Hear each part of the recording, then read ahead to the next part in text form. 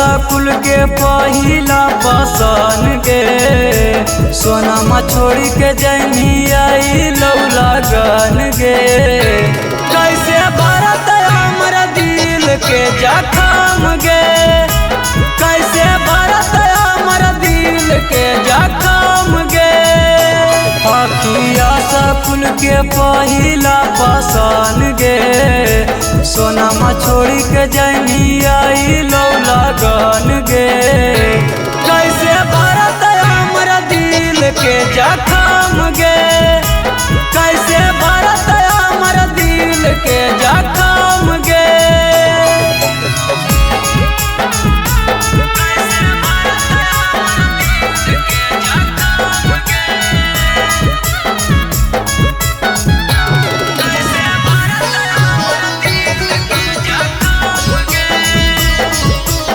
Mix by Neeraj भाई।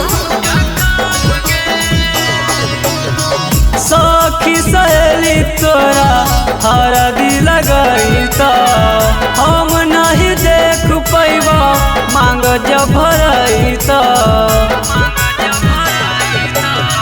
सखी सहेली तोरा हरा दिल गई त हम नहीं देख पैबा मांग जब भरई त।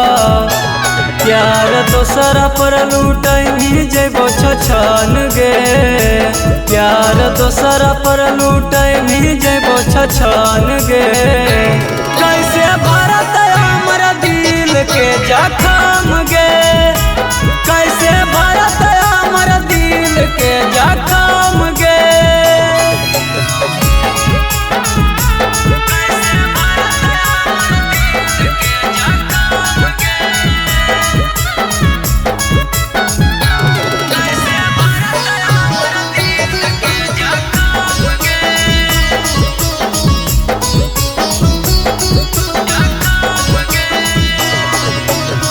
होते गबरवा बैठ जैनी बलोरावा, से जिया सजैनी सुतमे सैया के पोरावा।